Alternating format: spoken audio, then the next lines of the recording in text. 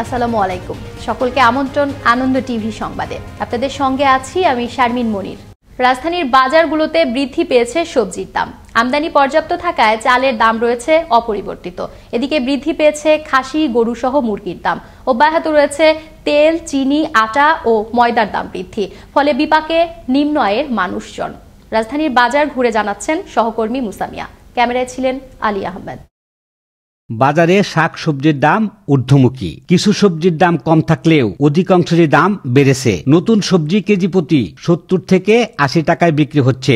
আগে 20 টাকা বেচতাম, মানে 25 টাকা আর কি, 5 টাকা বাস। তারপরে পেঁপে 30 টাকা 25 টাকা হয়েছে। বাজার ভালো, কিছুদিন আগে বেশি ভালো ছিল, এখন আস্তে আস্তে করে দাম বেড়ে যাচ্ছে সবকিছুর। এই সিমের দাম, সিমের বিচির দাম, টমেটোর দাম, যেগুলো গত সপ্তাহে 20 টাকা কিনছি আজকে 40 টাকা দাম যাচ্ছে। নতুন সবজি তো এখন আর সিজন নাই, এখন তো যেটা আসতেছে এটা আনসিজনাল সবজি নতুন ভাবে আসতেছে, এই কারণে দামটা বেশি মনে হচ্ছে। সরকারি ভাবে ইলিশ ধরা নিষেধ হওয়ায় ইলিশ বিক্রি হচ্ছে চড়া দামে। ইলিশ মাছের বাজারটা অনেক উন্নত, দাম বেশি। তবে কিছু কিছু মাছ আবার দাম কম আছে, যেমন গুড়া মাছ আমি একটু কম পেলাম। আর বোয়াল মাছ যেটা একটু তাজা সেটা 600 টাকা করে নিল ছোটটাই, সেই হিসেবে আসলে দাম কমছে এরকম বলা যাবে না। আর ইলিশ মাছের দাম চড়া দেখতেছি আমি। একটু দাম বাড়বে, সামনে একটু দাম বাড়বে, আর একটু দাম বাড়বে, কেজি বলতে 100-150 টাকা বাড়তে পারে। এদিকে বাজারে চিনি, তেল, আটা, ময়দার দাম বৃদ্ধি অব্যাহত রয়েছে। তেল প্রতি লিটার বিক্রি হচ্ছে 125 টাকা থেকে 130 টাকায়। চিনি, আটা ও ময়দার দাম কেজি প্রতি বেড়েছে 4 টাকা থেকে 5 টাকা। আটা, ময়দা, তেল, চিনি সব করে দামে বাড়তি। তেলের লিটারে 10 টাকা করে বাড়ছে, চিনি বাড়ছে। বাজারে চাল আমদানি পর্যাপ্ত হওয়ায় দাম স্বাভাবিক রয়েছে।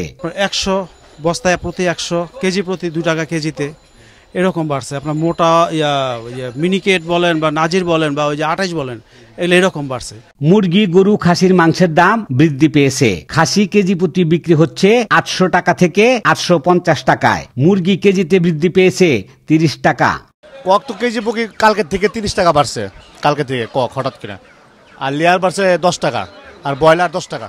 অসহনীয়ভাবে সকল দ্রব্যের দাম বৃদ্ধিতে সাধারণ মানুষের ক্রয় ক্ষমতার নিয়ন্ত্রণের বাইরে চলে যাচ্ছে। সেই সাথে গরম হতে শুরু করেছে রাজধানীর বাজার। তাই সরকারি বাজেট ও রোজাকে সামনে রেখে এখন থেকেই বাজারের ভারসাম্য বজায় রাখতে কাজ করবে সরকার, এমনটাই প্রত্যাশা ক্রেতা সাধারণের।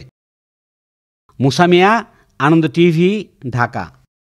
এসএসসি 97, এইচএসসি 99 সংগঠনের উদ্যোগে রাজধানীর জাতীয় হ্যান্ডবল স্টেডিয়ামে শুক্রবার আনুষ্ঠানিক উদ্বোধনের মধ্য দিয়ে শুরু হলো 2 দিনব্যাপী ফুটবল টুর্নামেন্ট 2021। উদ্বোধন করেন জাতীয় দলের প্রাক্তন ফুটবল কোচ আব্দুর রাজ্জাক, জাতীয় দলের প্রাক্তন খেলোয়াড় পোলার গাউস ও স্বপন। স্বাধীনতার মাস ও মুজিব বর্ষ উপলক্ষে আয়োজনটি পাচ্ছে ভিন্ন বার্তা। এবারের খেলায় সারা দেশ থেকে 24টি দল অংশগ্রহণ করে। দিনাজপুর জেলা আইনজীবী সমিতির সাধারণ সভার সিদ্ধান্তকে অনুমোদনকে কেন্দ্র করে আইনজীবীদের দুপক্ষের সংঘর্ষে আহত হলেন 10 জন। সাধারণ সভায় 9টি এজেন্ডার বিষয়ে সিদ্ধান্ত গ্রহণের পক্ষে এবং বিপক্ষে আইনজীবীরা মতামত দিতে গিয়ে কথা কাটাকাটি শুরু হয়। বৃহস্পতিবার দুপুর 2টার দিকে সিদ্ধান্ত পাশ করানোকে নিয়ে সংঘর্ষের এ ঘটনা ঘটে। সংঘর্ষের সময় চেয়ার, লোহার রড ও খুর ব্যবহার করা হয়। ফরিদপুর জেলা প্রশাসনের নির্দেশে পদ্মা সেতু রেল সংযোগ প্রকল্পের অধিগ্রহণকৃত জমির মালিকদের ক্ষতিপূরণের টাকা বাড়ি বাড়ি পৌঁছে দিচ্ছেন জেলা প্রশাসক কার্যালয়ের ভূমি অধিগ্রহণ শাখার কর্মকর্তারা। বৃহস্পতিবার বিকেলে জেলার ভাঙ্গা উপজেলার ভাঙ্গার এক অনুষ্ঠানে 85 জন জমি মালিকদের মাঝে ক্ষতিপূরণের 2,12,40,709 টাকার চেক বুঝিয়ে দেওয়া হয়। চেক নিতে যারা আসতে পারেননি তাদের চেক বাড়িতে গিয়ে পৌঁছে দেওয়া হয়। দেখছেন আনন্দ টিভি সংবাদ, সঙ্গে আছি আমি শারমিন মনির। নড়াইলে 15 লিটার মদ ও ইয়াবাসহ 3 জনকে আটক করেছে কালিয়া থানা পুলিশ। বৃহস্পতিবার রাত 11টার দিকে ছোট কালিয়া এলাকায় অভিযান চালিয়ে মাদকদ্রব্য সহ 3 জনকে আটক করা হয়। কালিয়া থানার ওসি জানান, আটককৃতরা দীর্ঘদিন ধরে মাদক ক্রয় বিক্রয়ের সাথে জড়িত। জাতির জনক বঙ্গবন্ধু শেখ মুজিবুর রহমানের জন্মশতবার্ষিকী উপলক্ষে মাদারীপুরের পদ্মা সেতু টোল প্লাজায় অনুষ্ঠিত হল বঙ্গবন্ধু শেখ মুজিব ঢাকা ডিজিটাল ম্যারাথন দৌড় প্রতিযোগিতা। শুক্রবার সকালে এর উদ্বোধন করেন জাতীয় সংসদের চিফ হুইপ নুরি আলম চৌধুরী। মাদারীপুর জেলা প্রশাসনের আয়োজনে সেনাবাহিনীর 9 পদাতিক ডিভিশন ও সাভার এরিয়ার সার্বিক সহযোগিতায় 5টি গ্রুপে মাদারীপুর জেলার 4টি উপজেলায় প্রায় 4000 প্রতিযোগী 5 কিলোমিটার দৌড়ে অংশগ্রহণ করেন। গাজীপুরের শ্রীপুর ও কাপাসিয়ার শীতলক্ষা নদীর 2 তীরের পরিত্যক্ত ভূমিতে চাষ হয়েছে স্ট্রবেরি। ফলনও হয়েছে ভালো। প্রান্তিক কৃষকের কল্যাণে ও দেশের মানুষের চাহিদা পূরণে স্ট্রবেরি এখন বাংলাদেশেও ব্যাপক পরিচিতি লাভ করেছে।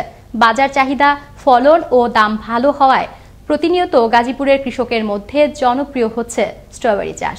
গাজীপুর থেকে খোরশেদ আলম খানের পাঠানো তথ্য ভিডিও চিত্রে দেখুন ডেস্ক রিপোর্ট।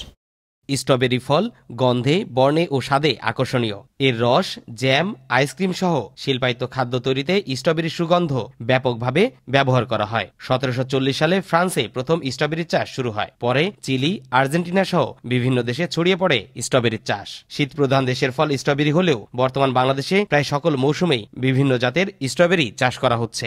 গাজীপুরের শীতলক্ষা নদীর তীরে কাপাসিয়ার সিংহী ইউনিয়নের বুড়িয়াদি গ্রাম। এই গ্রামের অনেক কৃষক নদীর তীরে স্ট্রবেরি চাষ করছেন প্রায় 2 বছর যাবত। গত বছর এই স্ট্রবেরি চাষ করার পরে দেখা গেছে কিছুদিন পরেই এই ফলন আসার পরেই করোনা ভাইরাসের কারণে দেশে লকডাউন হয়েছে। এই লকডাউনের কারণে আমরা ফল তখন বিক্রি করতে পারি না। গত বছর যদি আমাদেরকে সরকার সহযোগিতা করে, কৃষি স্যারেরা যদি তারা সহযোগিতা করে, তাহলে আমার বাইন ছেড়ে আরো ফলাফল করব, ইনশাল্লাহ ভালো হইব। ট্রেনিং দেওয়ানোর পরে আমরা এই কাজগুলি করছি এবং এই কাজটা করাতে আমরা অনেকটা উপকৃত হইতেছি। 1 বিঘা জমিতে স্ট্রবেরি চাষ করতে 3 থেকে 3.5 লাখ টাকা খরচ হয়। তবে ফলন ভালো হলে 6 থেকে 7 লাখ টাকা বিক্রি করতে পারেন বলে জানালেন কৃষকরা। 1 বিঘা জমিতে স্ট্রবেরি চাষ করতে গেলে আপনার 3 লক্ষ 3.5 লক্ষ টাকা খরচ হয়। আর 1 বিঘা জমিতে যদি ফলন ভালো হয় তাহলে মনে করেন যে 7 লাখ টাকা 6.5 লাখ টাকা লাগান বিক্রি করতে পারি। আমরা কিছু করি, স্ট্রবেরি চাষ করলে আশা করি ওরা লাভবান হবে। গাজীপুর জেলা কৃষি সম্প্রসারণ বিভাগের উপপরিচালক মাহবুব আলম জানান, স্ট্রবেরি ফলের মধ্যে উচ্চমাত্রার পুষ্টিগুণ রয়েছে। তাছাড়া এই ফল চাষ লাভজনক বিধায় গ্রামীণ অর্থনীতিতে অবদান রাখবে। বর্তমান সরকার, কৃষি বান্ধব সরকার, এই ফলটি চাষ বেশ লাভজনক এবং এটি একটি উচ্চ মূল্যের ফল এবং উচ্চ মূল্যের ফসল। এটি চাষ করে যে লাভজনক হওয়া যায় এটা তারা প্রমাণ করেছেন। ভবিষ্যতে যাতে এই ফলটি, এই ফসলের চাষ আরো সম্প্রসারিত হয় সেই বিষয়ে আমাদের উদ্যোগ আছে। নতুন নতুন কৃষিপণ্য চাষে এগিয়ে যাক বাংলাদেশ, বেকারত্ব ঘুচুক, এমনটাই প্রত্যাশা সকলের। তরিকুল ইসলাম, আনন্দ টিভি, ন্যাশনাল ডেস্ক। প্রেম ও সখ্যতাকে প্রতারণার প্রধান মূলধন বানিয়ে রংপুরে অর্থ হাতিয়ে নেয়া একটি সংঘবদ্ধ চক্রের মূল হোতা বিনা রানী সহ 11 জনকে গ্রেপ্তার করল রংপুর মেট্রোপলিটন পুলিশ। নীলফামারীর এক ব্যবসায়ীকে রংপুর নগরীর নূরপুর কবরস্থান এলাকার একটি 4 তলার বাড়িতে মৃত্যুর ভয় দেখানো সহ মারপিট করে 2.5 লক্ষ টাকা ও তার বন্ধুর কাছ থেকে 5,000 টাকা আদায় করে চক্রটি। এ ঘটনায় মামলা হলে চক্রের মূল হোতা বিনা রানী সহ 11 জনকে গ্রেপ্তার করে পুলিশ। রংপুর মেট্রোপলিটন কোতোয়ালি থানার এক সংবাদ সম্মেলনে ভারপ্রাপ্ত কর্মকর্তা এ তথ্য জানান। কোনো সুন্দরী মেয়ের দ্বারা প্রতারণা ফাঁদে ফেলে কোনো জায়গায় আটক করে। ওরা আটক করার পরে তাদেরকে তারা মারপিট করে, তারপরে টাকা দাবি করে, ছবি তোলে, বিভিন্নভাবে কৌশলে তাদেরকে একটা চাপের মুখে এই টাকাগুলো আদায় করে। তারা হচ্ছে একটা সংঘবদ্ধ চক্র। এই চক্রে 11 জন ধরা হয়েছে। আমরা এটাকে নির্মূল করার জন্য আপনাদের সহযোগিতা কামনা করছি। প্রধানমন্ত্রীর উপহার হিসেবে জমি সহ পাকা ঘর পেলেন বাগেরহাট সড়কের পাশে ঝুপড়ি ঘরে থাকা বৃদ্ধ দম্পতি রতন কুমার বিশ্বাস ও মনিরা বেগম। বৃহস্পতিবার সদর উপজেলায় সহকারী কমিশনার এ উপহার তুলে দেন। বৃদ্ধ বয়সে জমি সহ পাকা ঘর, থাকার খাট, খাবার ও নতুন পোশাক পেয়ে খুশি বৃদ্ধ দম্পতি। এ সময় বাগেরহাট সদর উপজেলা পরিষদ চেয়ারম্যান এবং উপজেলার নির্বাহী কর্মকর্তা মুসাব্বিরুল ইসলাম সহ গণ্যমান্য ব্যক্তিবর্গ উপস্থিত ছিলেন। এই ছিল এখনকার মতো। আনন্দ টিভি সংবাদ দেখুন প্রতিদিন বিকেল 5টা 30 এবং রাত 9টা 30 আনন্দ টিভির সঙ্গে থাকার জন্য সকলকে ধন্যবাদ।